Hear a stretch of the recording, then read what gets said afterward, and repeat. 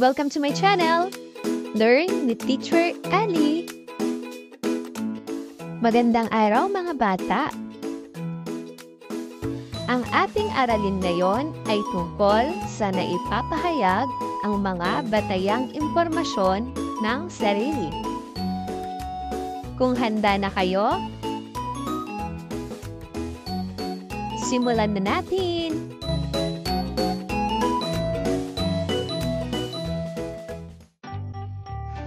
Matatag Curriculum GMRC Grade 1 Quarter 1 Week 1 Day 3 Naipapahayag ang mga batayang impormasyon ng sarili.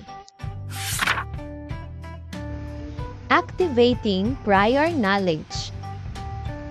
Ano-ano ang batayang impormasyon sa sarili?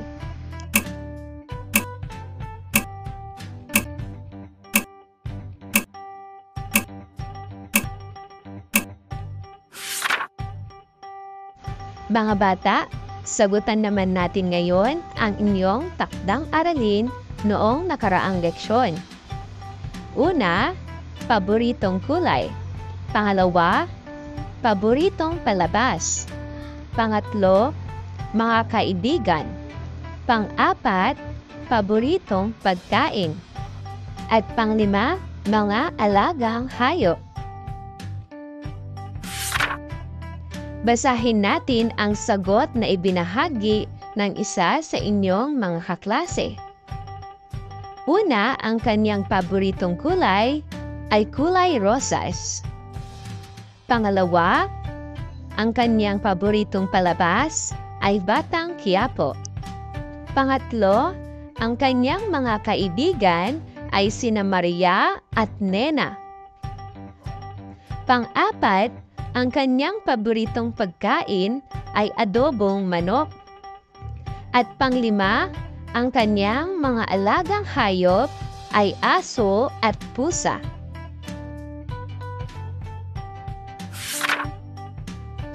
Lesson purpose or intention.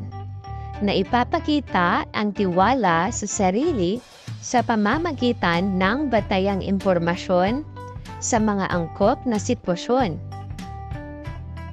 Nasasabi ang mga batayang sitwasyon tungkol sa sarili gaya ng pangalan, edad, kaarawan, tirahan, magulang, at paaralan.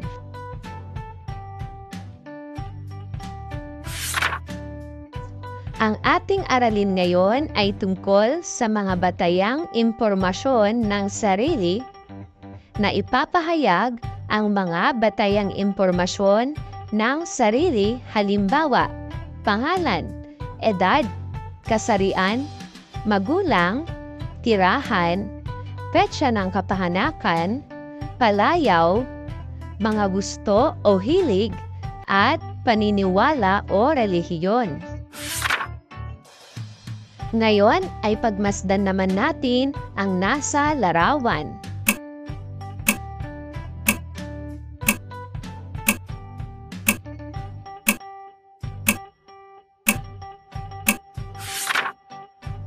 Ang batayang impormasyon ay tumutukoy sa pangalan, edad, kasarian, magulang.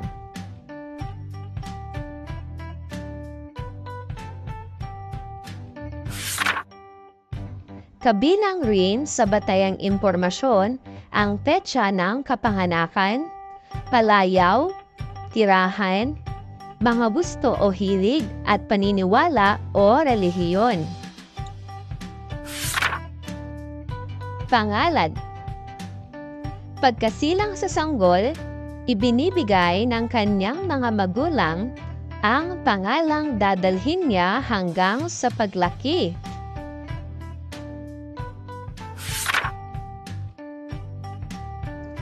Edad. Ito ay tumutukoy sa bilang ng taon na nabubuhay ang tao at ipinagdiriwang tuwing sasapit ang araw ng kanyang kapanganakan.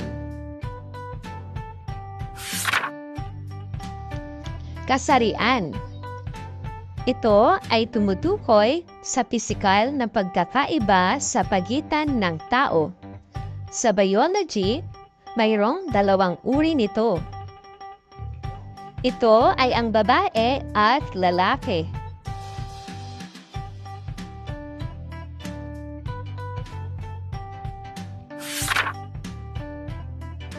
Magulang. Sila ang nag-aalaga sa atin. Mahalaga na ang bata sa kanyang pagsilang ay may kinikilalang magulang at nag-aaruga habang siya ay lumalaki. Tirahan. Ang tirahan ay isang lugar kung saan dito nagkakasama-sama ang miyembro ng pamilya.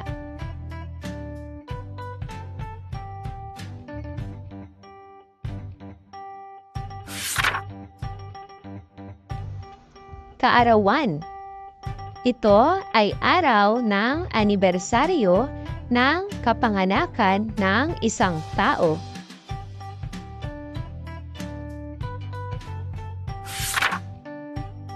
Palayaw. Ito ay pamalit sa totoong pangalan ng isang tao. Narito ang isang gawain. Sa harap ng klase, ipakilala mo ang iyong sarili. Sabihin ang iyong buong pangalan, edad, kasarian, magulang, tirahan, kaarawan, palayaw, at mga gusto o hilig at paniniwala o relihiyon. Kilalanin natin si Ethan. Magandang araw po sa inyong lahat. Ako po si Ethan James Cruz. 10 taong gulang. Isang lalaki. Ang tatay ko po ay si Mang Eduardo na nagtatrabaho bilang mekaniko. At ang nanay ko po ay si Aling Rosa na isang guro sa elementarya.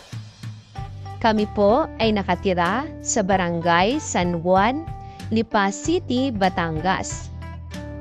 Ipinanganak po ako noong 15 ng Hulyo 2014. Kaya ang palayaw ko ay EJ. Mahilig po akong maglaro ng basketball at computer games, lalo na kapag walang pasok.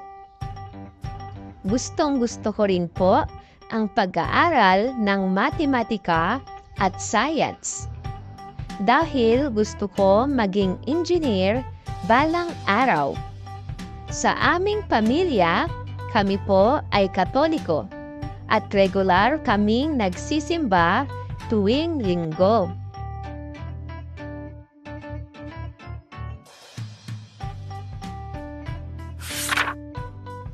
Mahusay mga bata!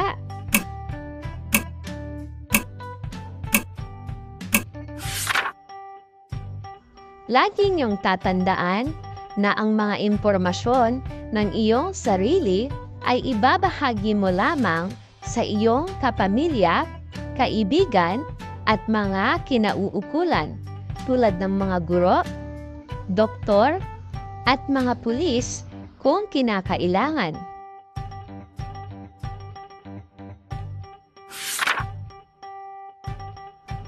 Huwag na huwag mo ding ipagkalat ang iyong impormasyon sa mga hindi mo kakilala, lalong-lalo na sa social media tulad ng Facebook at TikTok.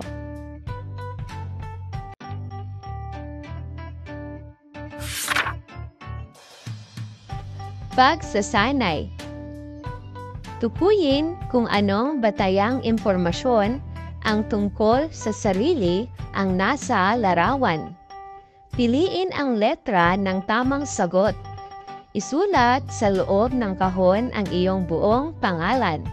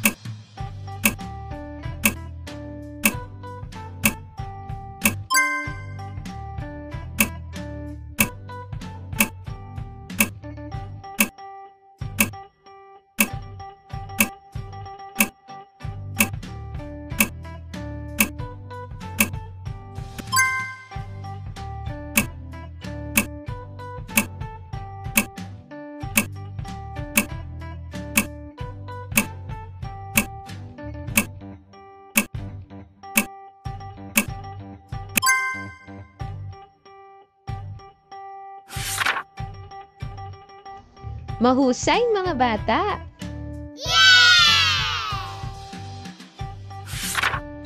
At dito nagtatapos ang ating aralin tungkol sa mga batayang impormasyon ng sarili. Naipapahayag ang mga batayang impormasyon ng sarili. Halimbawa, pangalan, edad, kasarian, magulang, tirahan, petsa ng kapanganakan, palayaw, mga gusto o hilig, at paniniwala o relihiyon. Thank you for watching!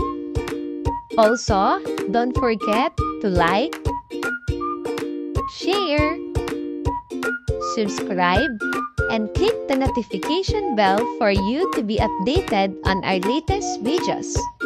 See you on our next lesson. Goodbye!